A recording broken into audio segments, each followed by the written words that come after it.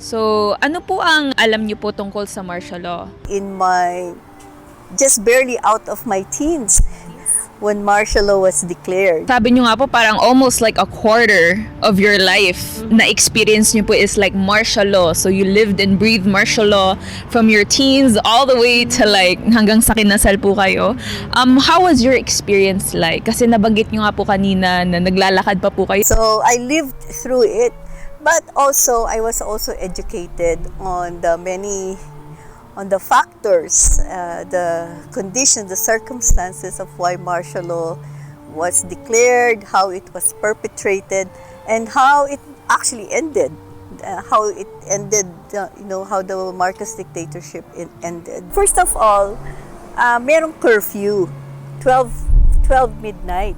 So, gusto mo man lumabas, hindi mo rin talaga mai-enjoy kasi dahil may curfew nga. By 12 o'clock, sarado na talaga lahat. Tapos, huwag kang magkakamaling lumabas kasi ang daming Philippine Army, hindi lang pulis ang nakabantay sa labas. Before martial law was declared, so mga 1968, it was during the late 1960s, this was really when the student movement became very active against protesting against various forms of oppression. It is something that directly affects the students. That was how I was introduced. I was part of this group of students that was protesting against increased tuition fees.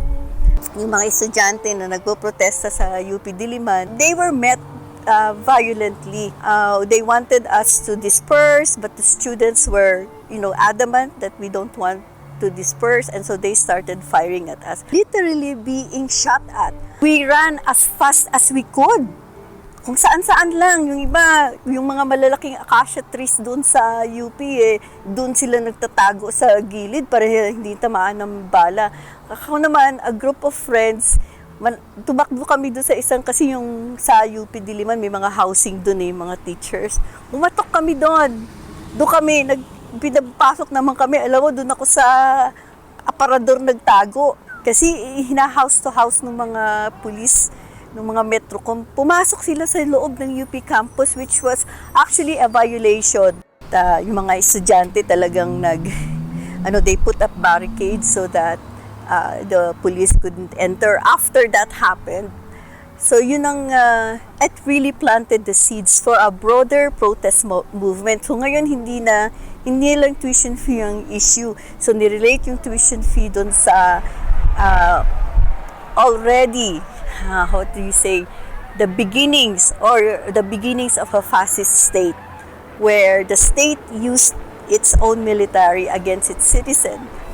So and then other economic issues. So feudalism is still very much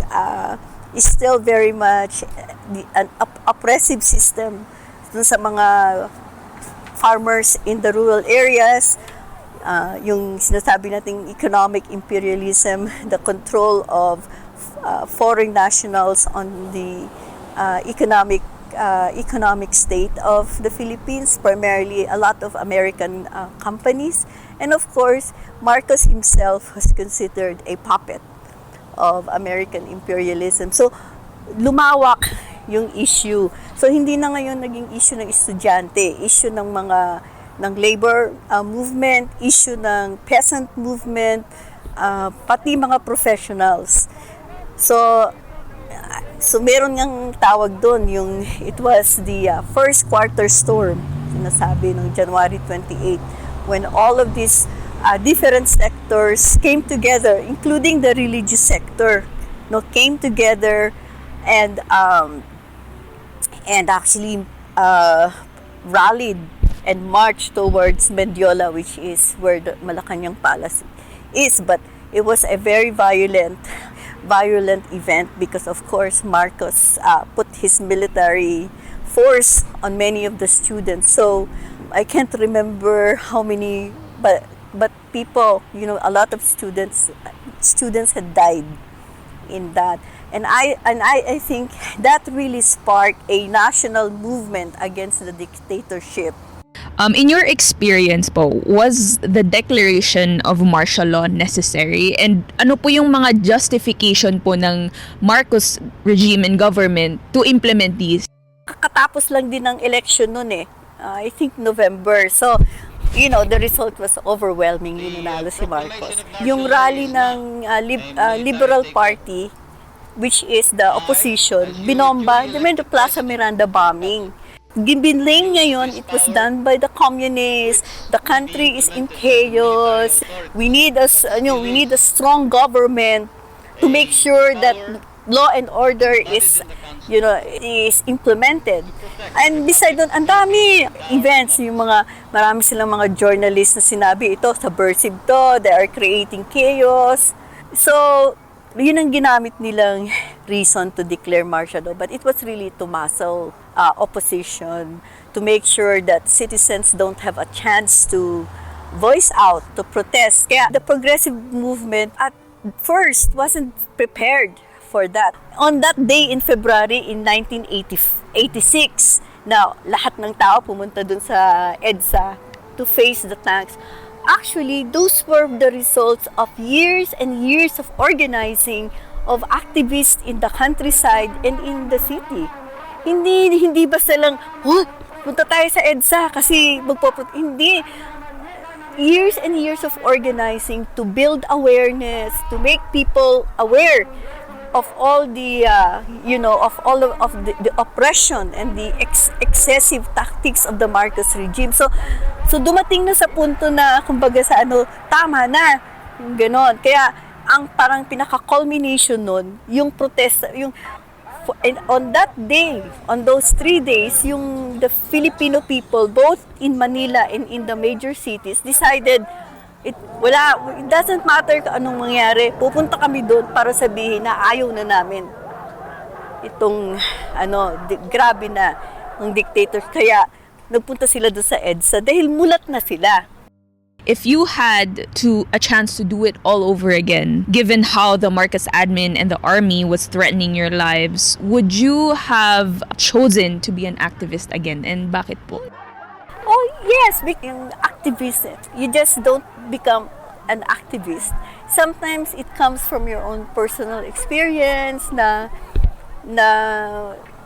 yung madali kang makaperceive ng injustice and oppression. So that actually helps you to to shape your worldview.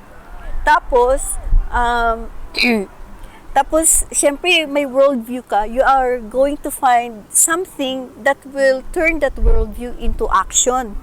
So that is activism. Na-expose ako, so ngayon naintindihan ko bakit yung mga nakikita ko sa baryo nung araw na walang ginawa kundi magtrabaho pero mahirap pa rin sila. Doon ko naintindihan yung feudal system. Yung feudal system, doon ko naintindihan. Tapos ano yung mga large structural economic factors kung bakit naghihirap yung mga Pilipino. So kaya nga yung liberal education namin noon, yung first 2 years, wala kang lusot doon. Lahat kayo, required curriculum, lahat kayo,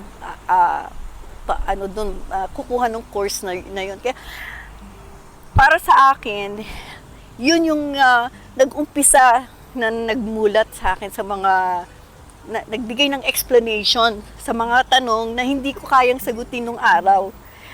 And then at the same time, siyempre, yung political education noong sa UP, mga progressive, yung student council, yung aming school paper, yung Philippine Collegian, maganda yung mga articles nila doon. Tapos, saka nga ako, tapos kapasok din ako sa isang organization. So, yung pagiging aktivista, merong iba na a certain galvanizing event katulad nung yung January 28, yung first scarf storm, yung iba namumulat sa ganun.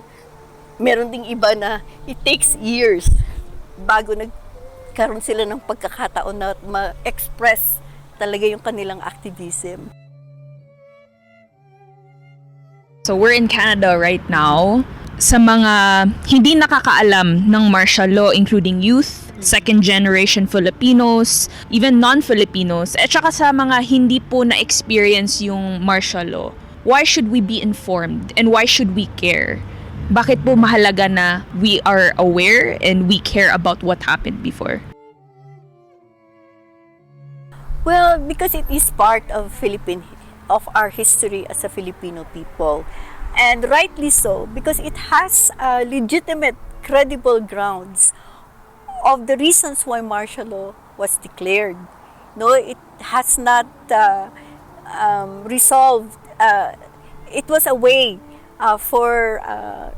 it was a way to make citizens. It was a way to silence the opposition, but it doesn't solve the basic problems of the Philippines. Yung poverty, of course, is the most is the starkest of all. And when you think of poverty, it has many roots and it has many impacts. So, isa yan, no, yung the lessons from martial law should never be forgotten. Second is, there is an attempt to revise the history of the Philippines, forgetting its rich history of oppression and fighting back against oppression. Dapat makita ng mga kabataan na pagka sinisikil ka, dapat lumabang ka because it's your right. It's your right first of all, as a human being. Why would you want to be oppressed? So, maski na, halimbawa, nandito ka sa Canada, of course, hindi ka naman pwedeng umuwi sa Pilipinas para mag-rally, di ba? But you can have a role. You can educate your own community that the legacy of martial law and its impact is still there. And even if you're here, I think you should not forget your love for the Filipino people. Ako nga, alam mo na, matanda na ako. Meron pa akong kapansanan, limited mobility issues. So pero in any way that I could. So katulad nitong interview sa Malaya, pwede ka bang magsalita? Sige. Yung in ways that I can do it, I still do it. No, hindi lang ako pwedeng maging as active as I used to be. But if I have an opportunity to share my story and to share the lessons of my own experience, I will do it. Dahil kaya ko pa namang magsalita. Hindi ko lang kayang lumakad ng mabilis. Ano po ang huli niyo pong mga last words or parang may impart niyo po na wisdom sa ating mga kabataan, sa amin din po, ngayong nagsisimula kami sa mga kapwa Pilipino? Ang sinasabi nga nila, history is more than just documenting the past. It also informs the present, and it also guides your future action. Kaya hindi natin, para sa mga kabataan, huwag nating kalimutan yung history and the true history of the Filipino people. Dahil malaman mo lang na ganitong nangyari sa Pilipinas at totoong nangyari, marami na mag-shift somehow yung mga points of view mo kung paano maintindihan bakit nangyayari ngayon at paano mo iisipin ano bang dapat nating gawin for the future. So I think we should not ignore nor belittle history.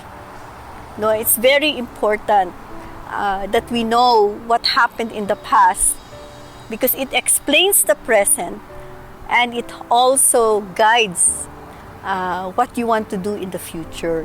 So, ayun lang ang and we're all doing that regardless of where we are. I still believe that Filipinos still love their country and they still love the Filipino people. So, starting from this, I think that, I'm still very optimistic that if we have this, if we kept that in our minds and hearts, that somehow in the future we will, we will also, we will also create changes. Because at the time during martial law, you can easily get discouraged. You would think the world is ending. This is it, people.